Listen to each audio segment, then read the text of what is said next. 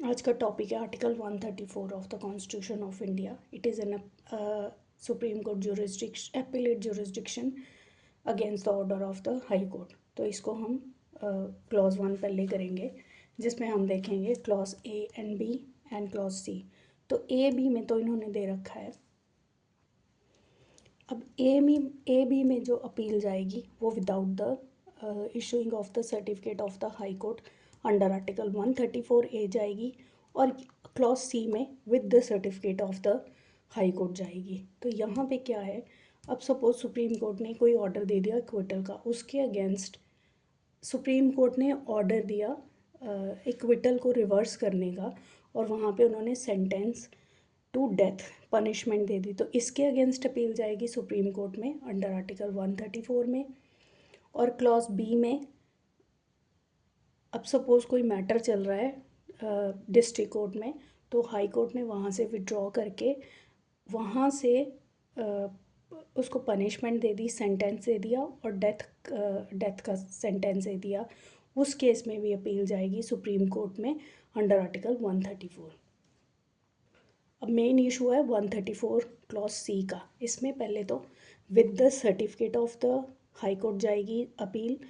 तो high court 134 A में certificate issue करेगा, and that power is not an unguided power, it is guided according to the rules made by the supreme court. ये guidelines दे रखी हैं supreme court ने, और the provision it self से सो। तो वर्डिंग इटसेल्फ कहती है कि certificate under 134 A that the case is a fit one for appeal to the supreme court, that the case is a fit one for appeal to the supreme court. तो जब तक high court को नहीं लगता कि ये fit case है supreme court में जाने के लिए in appeal against the order of the high court, till then they do not issue a certificate. और जब तक सर्टिफिकेट नहीं मिलेगा तब तक against the order of the high court appeal में केस नहीं जाएगा। तो ये जो 34 क्लॉज 1 सी है, इसको हम प्रोवाइज़ो के साथ भी पढ़ेंगे। तो इसमें इन्होंने दे रखा है कि जब सर्टिफिकेट के बाद इशू के बाद अपील में जाएंगे, तब provided that appeal under sub clause C shall lie subject to such provisions as made in that behalf under clause 1 of article 145 and to such conditions as the high court may establish or require। तो 134 यहाँ पे simply दे रखा है इन्होंने clause C को।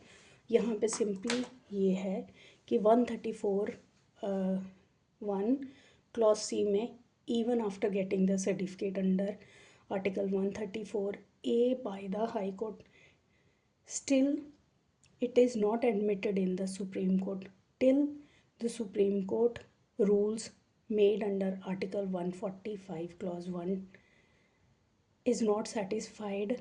और वो जो अपील जाएगी सुप्रीम कोर्ट में, the word and is being used to such conditions as the high court में इस्टेब्लिश और रिक्वायर। जो हाई कोर्ट कोई कंडीशंस लगा दे, अगर टिल जब तक उसको सेटिस्फाई नहीं करेगा तब तक ये अपील वहाँ पे नहीं जाएगी। तो ए और बी में तो विदाउट द सर्टिफिकेट अपील चली जाएगी under the conviction and death sentence order, और क्लॉज बी में विड्रॉवल के बाद डेथ सेंटेंस और सेंटेंस दे दिया तो उसके अगेंस्ट अपील जाएगी सुप्रीम कोर्ट में विदाउट द सर्टिफिकेट। लेकिन 134 क्लॉज सी में with the certificate and which is not a guided, it is with the guidance कि इशू कैसे करेगी वो certificate when the high court is satisfied that it is a fit case for appeal to the supreme court। फिर वहाँ पे appeal तभी जाएगी। Second condition इसकी ये है कि जो rules made by the supreme court under article 145 में पावर है सुप्रीम कोर्ट को कि अपनी कोर्ट को कैसे रन करना है, उसके रूल्स बना सकती है।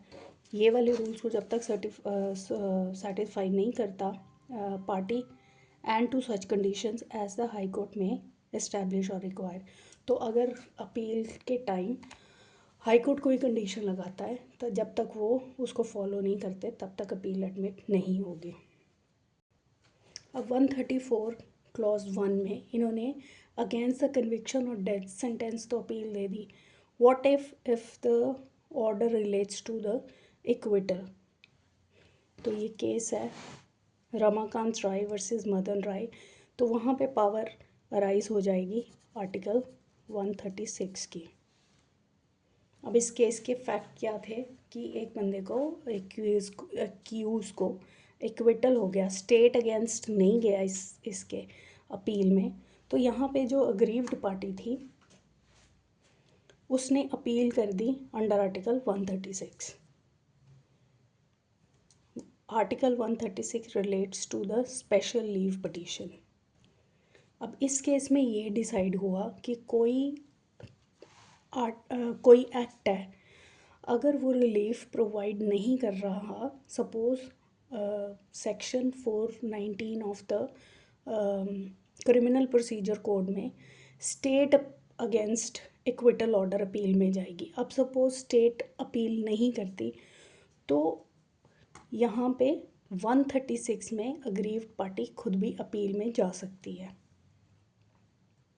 अब नेक्स्ट पॉइंट है कि 134 clause 1 sub clause C has got a limited scope. इसका क्या मतलब है? लिमिटेड स्कोप का मतलब है कि आप ऐसे ही सीधे सुप्रीम कोर्ट में नहीं जा सकते। You need to get a certificate issued by the high court under article 134A। और वो भी तब, हाई कोर्ट भी तब इशू करेगी till they are satisfied that it is a fit case to appeal in the supreme court. तो जब तक हाई कोर्ट सेटिस्फाई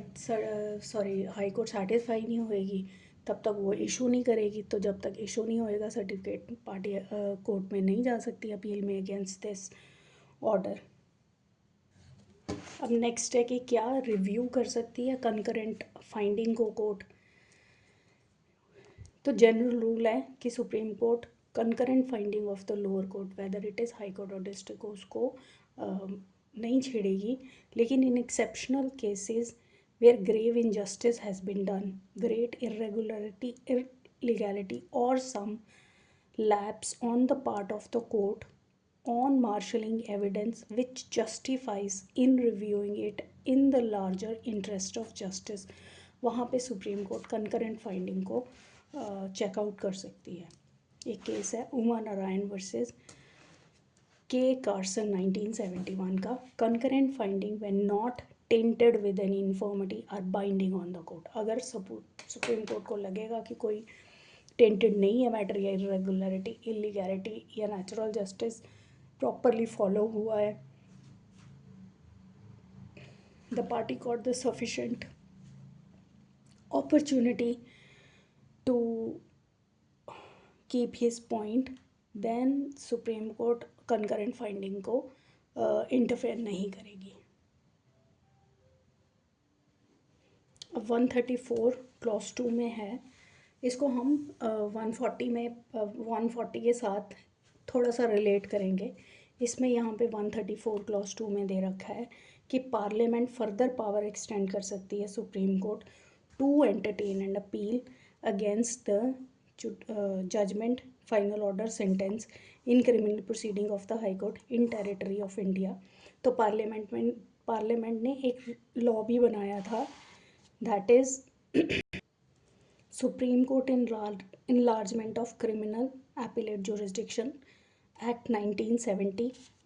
इस पावर के तहत सुप्रीम कोर्ट ने एक एक्ट बनाया जिसमें section 2 of this act provides supreme court में hear appeal from judgment, final order और sentence of the high court where the high court reversed order of acquittal and convict him for life imprisonment और not less than 10 years। तो 134A और B में क्या था कि वहाँ पे उन्होंने कन्विक्ट किया और डेथ सेंटेंस दे दिया। यहाँ पे अगर पनिशमेंट उन्होंने लेस देन 10 year दे रखी है या लाइफ इम्प्रिजनमेंट दे रखी है तो इसके against aggrieved party under this act supreme court में जा सकती है।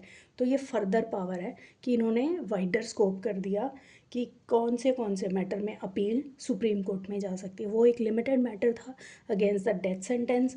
अब यहाँ पे अगर 10 साल की पनिशमेंट दे रखी है, 10 साल तक, लेस देन 10 साल तक पनिशमेंट दे रखी है तो उसके अगेंस्ट भी यहाँ पे एक्सटेंड कर दी पावर सुप्रीम कोर्ट की अपील की। तो यहाँ पे अगर ऐसी कन्विक्शन दी है हाई कोर्ट ने तो इसके अगेंस्ट हम अपील में जा सकते हैं।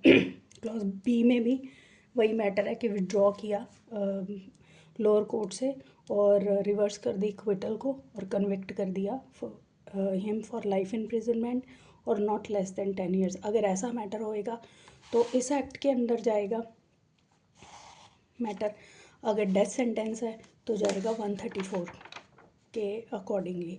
अब इसको हम 140 के साथ कैसे पढ़, इसको 140 साथ आर्टिकल 140 के साथ ऐसे रिलेट करके नहीं पढ़ना। एक जस्ट जैसे हम for the wider perspective of our knowledge, जब हम पावर्स को पार्लियामेंट के पास जब पावर्स आती हैं सुप्रीम कोर्ट के जुरिस्डिक्शन को एक्सटेंड करने की, तो बेसिक पावर तो 140 में है ही है कि सप्लीमेंट पावर देता है वो काम करने की जो कॉन्स्टिट्यूशन ने सुप्रीम कोर्ट के ऊपर इम्पोज किया है।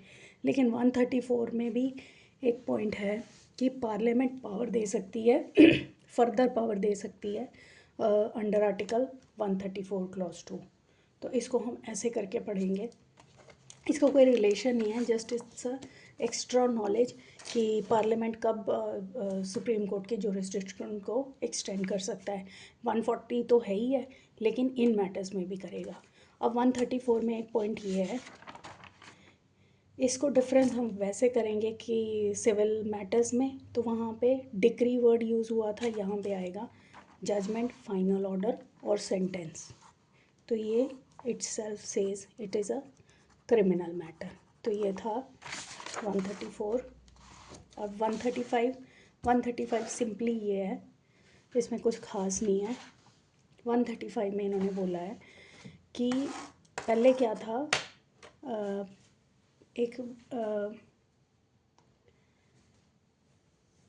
कमेंसमेंट ऑफ द कॉन्स्टिट्यूशन के पहले जिन मैटर्स में फेडरल कोर्ट के पास जुरिस्डिक्शन थी, अब फेडरल कोर्ट है जो कॉन्स्टिट्यूट की थी by the government of India act 1935 के अकॉर्डिंगली फेडरल कोर्ट एग्जिस्टेंस में आई, क्योंकि एपीलेट जुरिस्डिक्शन के लिए कोई वहाँ पे प्रोविज़न थी नहीं, तो वो फेडरल कोर्ट को एग्जिस्टेंस में लेके आए जो अपील के मैटर सुनती थी। अब after the constitution supreme court existence में आई, तो जो भी फेडरल कोर्ट के मैटर थे अब अभी भी अगर एग्जिस्टेंस में है, कंटिन्यू कर रहे हैं, तो उन मैटर्स पे until 133 and 134 does not convert those matters, तब तक सुप्रीम कोर्ट के पास पावर है उन मैटर्स को सुनने की। तो पहले जो भी मैटर्स फेडरल कोर्ट के पास जाते थे विच वॉज एस्टैब्लिश्ड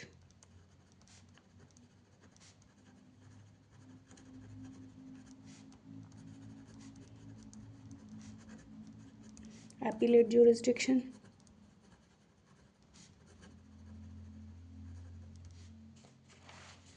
अब वो सारे मैटर सुप्रीम कोर्ट सुनेगी टिल 134, 33 एंड 134 डज नॉट